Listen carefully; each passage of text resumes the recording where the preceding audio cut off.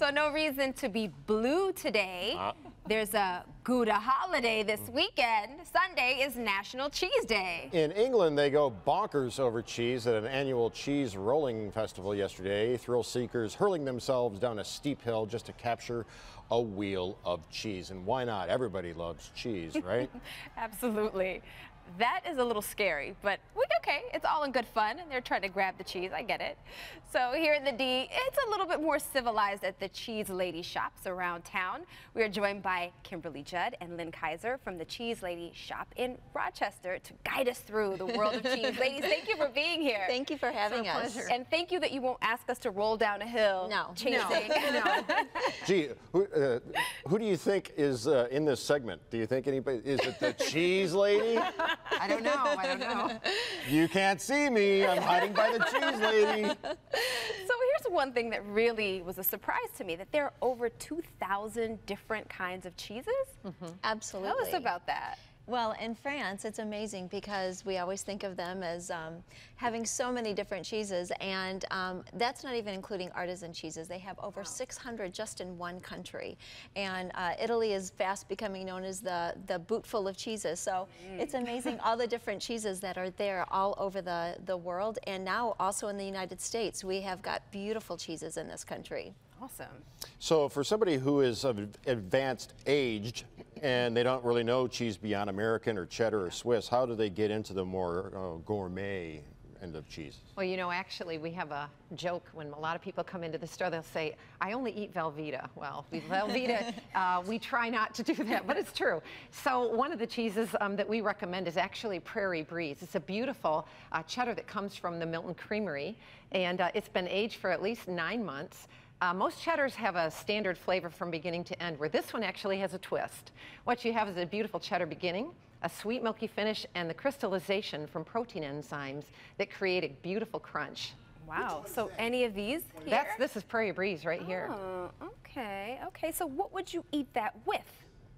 Well, we actually have some beautiful pairings here because a lot of our customers come in and they want to know, what can we do with cheese just besides putting it on a cheese board? Right. So we do a lot of that, of telling them what to pair different cheeses with. So we have a beautiful Country Winds fresh chev that actually comes from Zeeland, Michigan. And a beautiful pairing with that is our blueberry lavender preserve, which is from Food for Thought, which is also organic. And it goes beautiful. It's almost like a little bit of sweet, like dessert. Another pairing that we have is a Cinco Lanzas that comes from Spain. And we pair that with our Cheese Lady pear preserves and a Marcona almond, which also comes from Spain. So that's this one here? Yes, this one here, and it is amazing. People can be fancy in a very short amount of time and look very elegant, and it tastes amazing. Well, we all like to be a little fancy. We do. Well, and a fan favorite at the Cheese Lady, in its simple form but yet beautiful, is our fromage dauphinois. And it's a double creme brie from the Rhone-Alpes in France, served with an almandina, so fan favorite. The little almandina takes it to another level, no matter what cheese you Absolutely. layer on it. Yeah. 4 ingredients, it tastes like a biscotti. So like wine, one year a $9 cab won the wine championship in France. Is there such a thing as a $9 cab of cheese that, you know, despite not being aged a long time or being very well known, is a really good cheese as an introductory cheese to get into? Well, one of our cheeses that is so popular in our store, it's called Meadowcross, and it is a beautiful spring milking cheese, and it comes out only in the spring. The cows graze on the fresh spring grasses in Holland. They come out and they're all excited. They dance in the fields, and they actually the cows dance. Like, yes, they do. It's called the Dancing Cows of Holland. There's a YouTube for that. And it's a totally looking that up. It's fun. It's true. It's a beautiful mild cheese, though. So for somebody that's like, I'm afraid to try into gourmet cheese, it's very mild, but has just a beautiful creamy flavor. And because of the spring milking, there's over 50% cream in the cheese. Ooh, so it's very decadent. Okay, so we talked about pairing with pear preserves, with some blueberries. This can also be a dessert, right?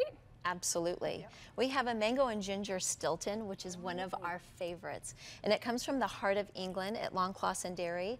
It has actually mango pieces with a Booterum Australian ginger. Wow. And it tastes like dessert. It is amazing. Okay, so it's not just for grilled cheese sandwiches. No, not at all. Tell us about the Sisterhood of the traveling cheese.